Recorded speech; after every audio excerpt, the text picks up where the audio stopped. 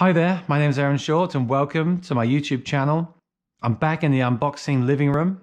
I'm very excited. I have a guitar from Fender Guitars, one of my favorite guitar companies. I can't wait to try this guitar. I did have some issues with the initial Acoustasonic Telecaster. I'm told they've all been resolved. Tweaks have been made. This is a new version of the guitar, new sounds, new body shape, and a few tweaks. So I'm going to put it to the test. I'm going to find out. Let's open the box, see what the guitar looks like, and see what the guitar sounds like. I'll give you a full review and other videos over the coming weeks. So please subscribe to the channel if you haven't already. I really do appreciate it. Let's get on with the unboxing. I'm going to use some new scissors today. They're still sharp and dangerous, but they have this part here, which is much safer than the blade. So let me see if I can do this.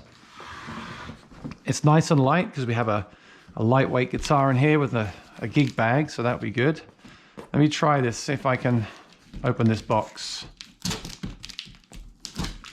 Oh, there we go. That's much safer, good. Okay, I'm so excited. My first Fender was a Telecaster Deluxe I had as a kid. I still have it, one of the few guitars I still have from my childhood. And I recently got a Sweetwater Sonic Blue Stratocaster, which I absolutely love. I must review that on the channel soon. So a little bit of packaging here, not too much. Hopefully the guitar's fine. What's the tag? Here is the familiar gig bag. I'm going to pull it out. Give me a second.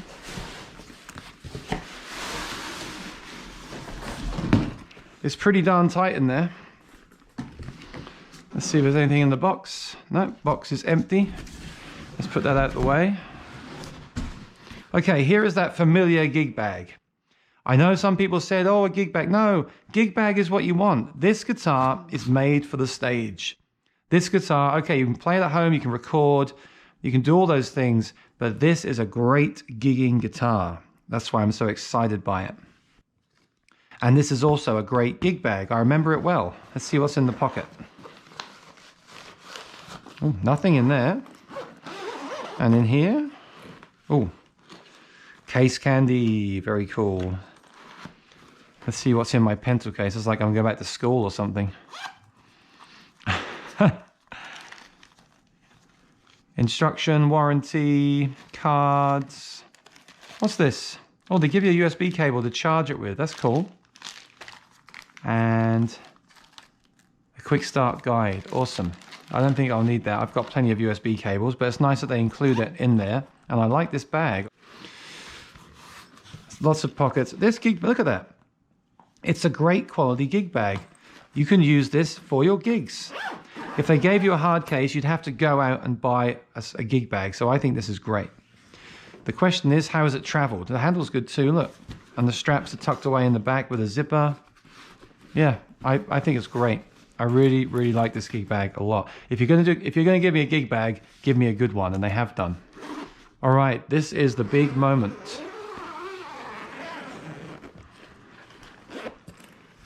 Are you ready to see the beast? Here we go. Drum roll, please. And ooh, there you go. So as you can see, it's a different body shape to the other one. Otherwise, it's very similar. So we've got that awesome bevel again. I love that. The color's nice. So it's it's kind of a gray actually in person. Yeah, it's not really blue. It's like a grayish blue. They've got different knobs here. They feel good. Your standard switch here. These are 11s, I believe. Now, we've got some street ebony here, but this is the norm these days. You know, I used to have such a problem with street... Oh, Harry. Hey, Harry. He wants to check out the box again. I used to have such a problem with street ebony because I'm such a purist, but now I've come to realize that ebony is running out, and in fact, it can be very cool. It's unique. It really is unique. And a lot of companies just dye the fretboard anyway, so what's the point of that? Or sometimes it even comes off when you wipe it. Harry seems to like the guitar, so that's always a good sign. Oh, I think he's going for dinner now. Okay. All right, so let's take a look at it. I want to feel the weight. Oh, it's incredibly light, of course. I mean, it looks awesome. It's got this tilt adjust here like the other one did. You do not shave the saddle. I'm told to not shave the saddle, to use this first, the tilt adjust for the neck. And the truss rod is here. So use those before you adjust the saddle. I would leave the saddle well alone. Yeah, I mean, it's just awesome, isn't it? It's just modern and clean and light. And it's going to be easy to play. Let's check it out. The neck is great. Look at that neck. Feels really nice. Tuners look cool. Oh, they've got string tree now. Look at that. That's something, when I had the other guitar looked at, my tech said, oh, they should have put a string tree on that. He said, if you keep the guitar, you should put a string tree on it. Now they've got one. That's awesome.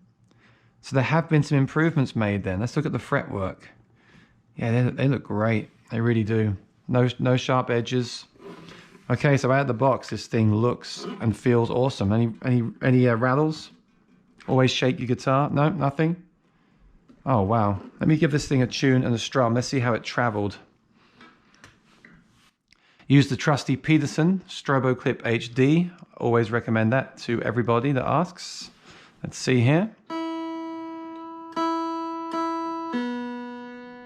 The tuners feel great.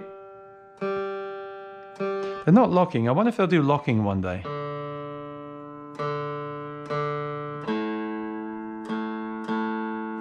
Oh, it's almost in tune. Look at that.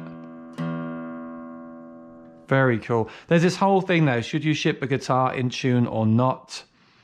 I usually do slightly detune it. This was slightly detuned. I don't know. That's open for debate. Please write in the comments below. I know the tradition is to always loosen the strings, but a lot of companies now are shipping guitars at full tension. Let's play the first chord.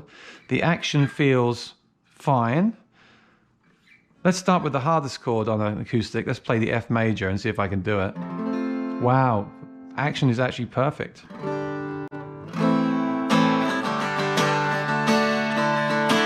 Wow.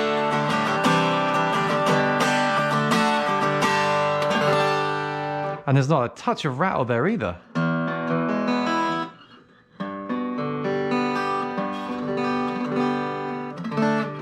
That's great. I mean, obviously, they're acoustic strings. They're an 11 gauge. It plays more like an electric, I would say, because you can actually bend it. Because they're 11s, you know? They're not 12s. I'm used to 12. Some people play 13s. No, they're great. So I'm going to plug it in because there was always this thing of the high E being a bit weak, and I want to hear the new models in the guitar, the new sounds. But I'm out the box. This thing is perfect. Even the action and the setup is great. I can't believe it. Let's check the intonation as well. This is how you do it. So you play a harmonic on the 12th fret. That is bang on. You see that on the tuner? And I play the note on the 12th fret very carefully. It's absolutely perfect. Wow. Fender, I'm really impressed. Out of the box, the setup and everything on this guitar is phenomenal. Take a look at that. I absolutely love it. Now, I just want to address one thing. There's been a few professional reviewers that state that these guitars don't sound good unplugged. Now, I'm sorry. I don't know much about science, but look at this thing. This is not an acoustic guitar as we know it. This is a stage guitar that can also be played acoustic on the couch for practice, whatever. I mean, it doesn't sound bad. It just doesn't have the boom and the bass because the body obviously doesn't have that. But as I said, this is for plugging in. I don't understand why anyone would say that.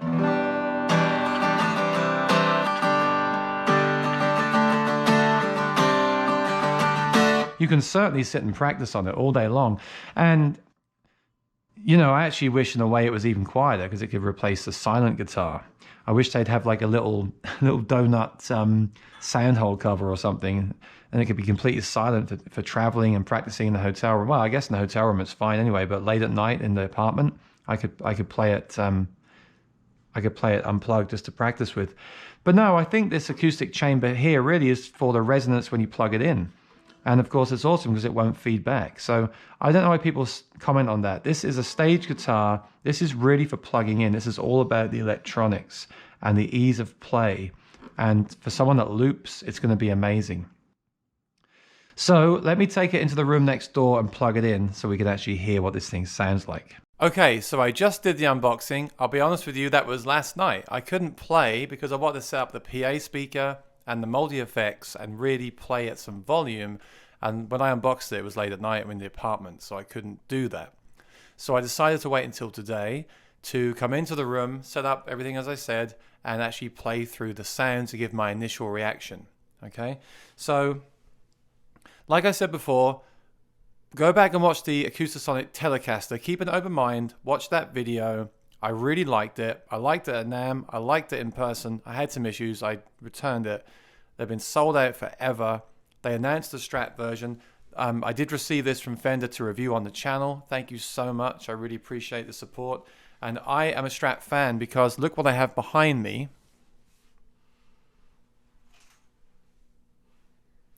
This is one of the best guitars I've ever played. I've bought and sold so many Stratocaster and electric guitars from all different companies.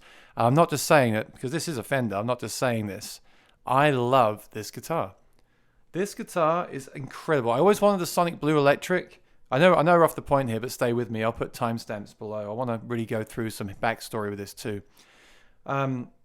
Real 69 single coils. I think they're 69. I put the Illich silencing system in, hum reducer, sounds great. The neck is roasted, the neck plays so well. Okay, it's not humbuckers, but it can still do pretty heavy stuff. I will review this one day. It's from Sweetwater and it's one of their special run guitars. It's around $1,500 and it's absolutely incredible. I love this guitar. So I'm so happy because look, 2 Stratocasters. There we go. I hope this lives up to this one.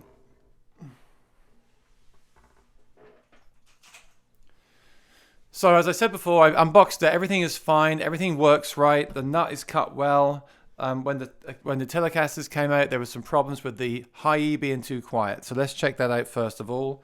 I'm just going to play through the strings at even volume so we can hear them.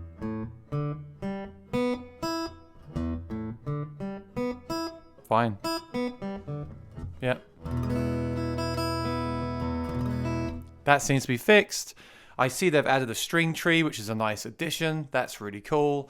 I haven't opened up the back to see if the pickup wire has a larger hole this time. I don't think I need to. I asked them and they said that's all been fixed. I think now is the time to check these out because I think before they were brand new, had a few teething problems, and now we're good to go.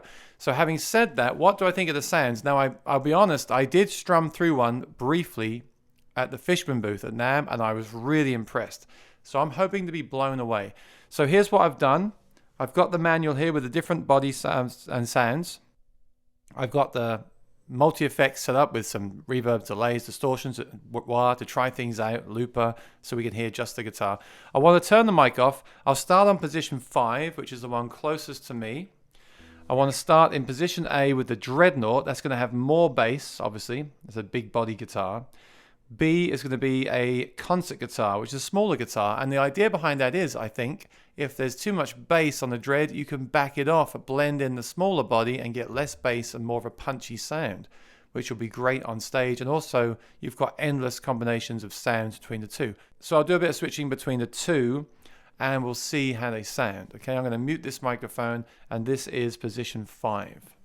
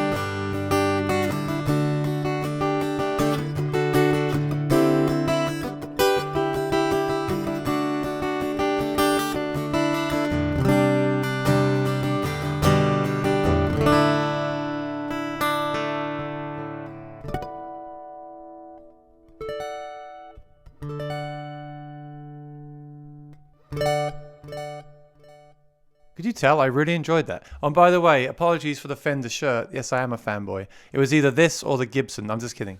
I like the shirt. It's nothing. This is nothing to do with my or whatever. You know, I'm a fan because I have a Fender bass which I bought used behind me, and that awesome Strat. I like other guitars too, but I do like Fender guitars. I just thought the T-shirt would be fun, so forgive me.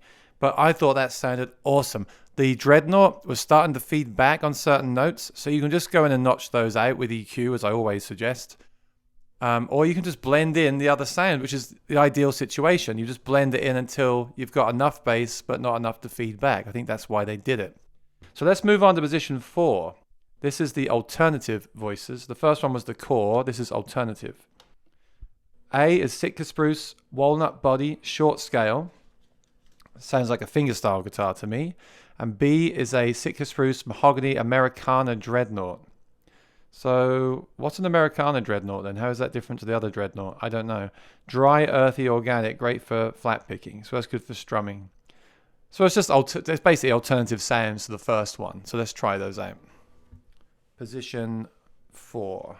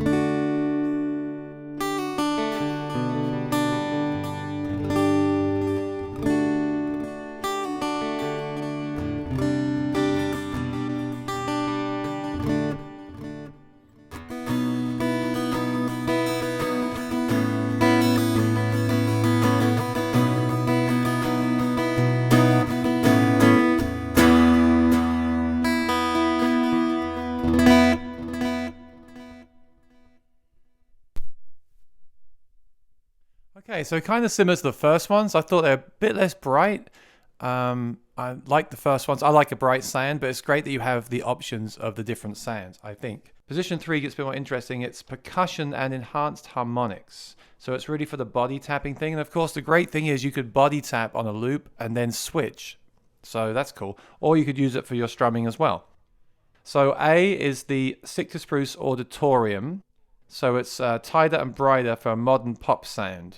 For strumming or fingerstyle. Again, they're all good for strumming or fingerstyle. You've got to find the sound and the combination where the dial is that suits you. Figure that one out and then probably stick with that. That's what I would do. B adds the body pickup.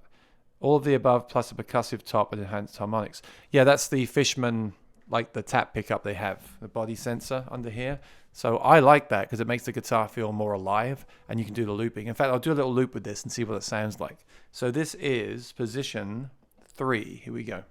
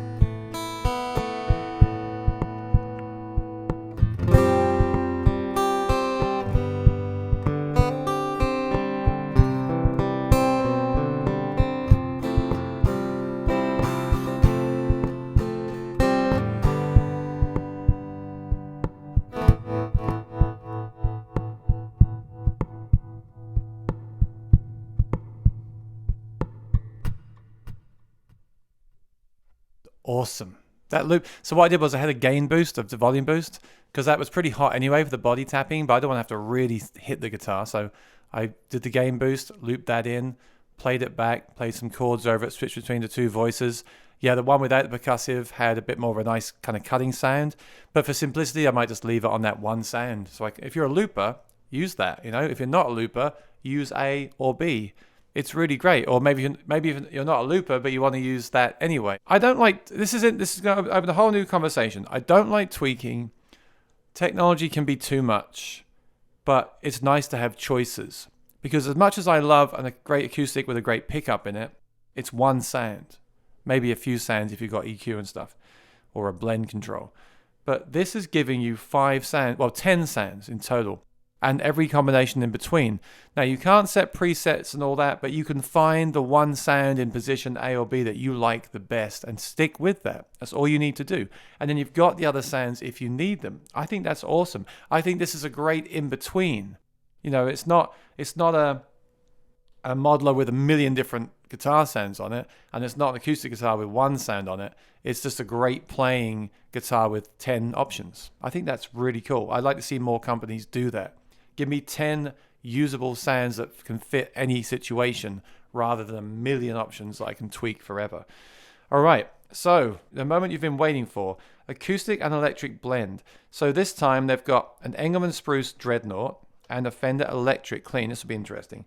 So the clean sound on one side and the acoustic on the other, and then of course you could blend the two together, which is really cool. You have the acoustic and the electric in the sound. So let's check those out now. This is position 2.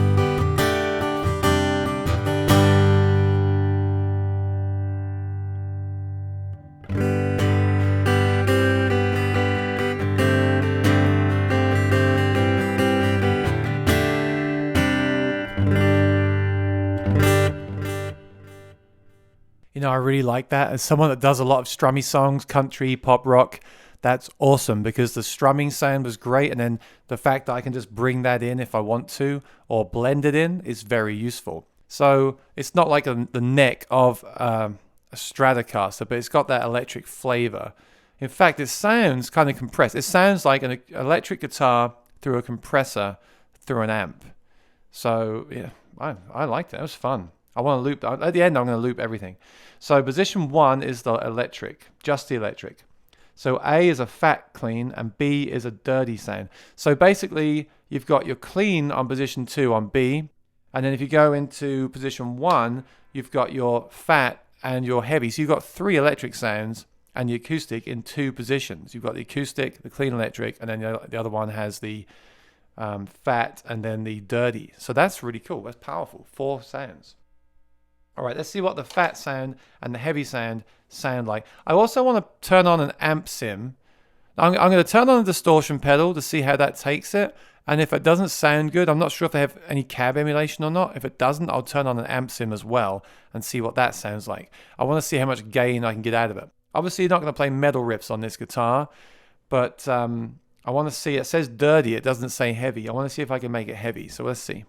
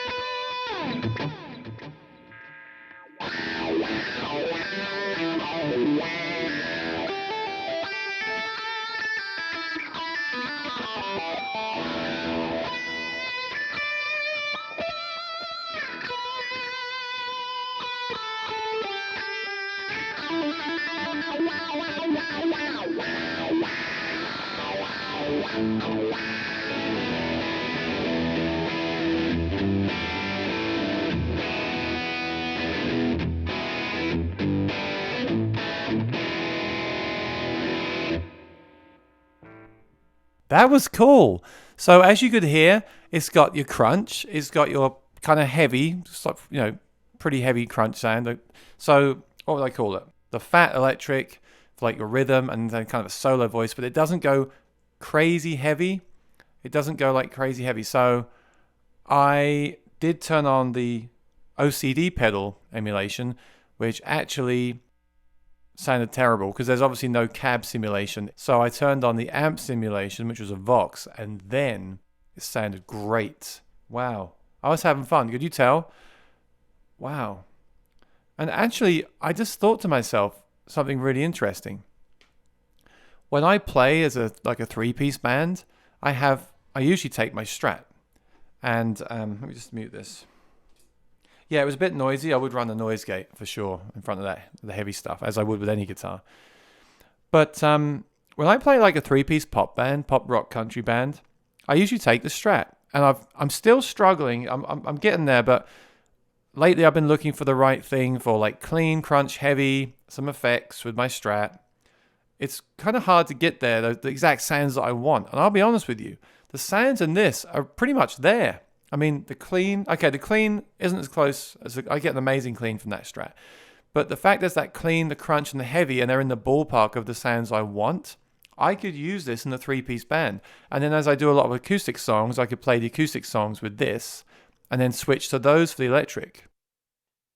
It's a thought. I think this guitar is really awesome for either an existing electric player that needs acoustic sounds, or someone like me that's a singer that does a lot of solo gigs with a looper. Obviously, this is amazing for that. Or a three-piece band, I could just take the same guitar and just plug it into the PA. Now, I know I just had this big thing with Henning about Helix Direct and cab emulation and IRs. No, I do not like digital stuff. I prefer, not that I don't like it. It's a useful tool. But I prefer the real amp. And I guess you could plug this into a real amp. That would be a future video. So I feel like I'm going back in a way because I'm going more towards analog stuff now. But the digital stuff has its place as an awesome tool. Like right now, I'm using the Helix for effects. And they sound great. And it was so quick to just dial them in. I don't want to pull out loads of analog pedals and patch them all together. Same with this guitar. Okay, I'd rather play the Strat for the clean. I'd probably rather use an amp for the heavy stuff in a band, all that stuff. Of course I would. I would feel it. It would be more organic. I'm not saying that this replaces that. But as a tool, it's amazing. And the sounds are all good. There's not a bad sound in here. And I'm enjoying it. It's really fun. So what I'd like to do to finish this unboxing is just play around some looping and see what sounds I can get. With all the different sounds together in a loop as I would at a show. So thanks for watching. Please subscribe because I'm going to have more videos on the guitar. I want to do a full review. I want to do some more playing and stuff. So please subscribe. Let me know what you think in the comments below. Keep an open mind. I know these guitars are polarizing, but they're still around. They're still developing them. They're making new models, it seems. And I commend Fender for doing new things because it seems to me that, I'm a traditionalist and a lot of companies are traditional. But as someone that sings and plays a lot of acoustic, I just so happy that some companies are still doing the stuff for people like me. TC Helicon make one of the best voice and guitar pedals on the planet. No one else is doing that. I wish they would so badly.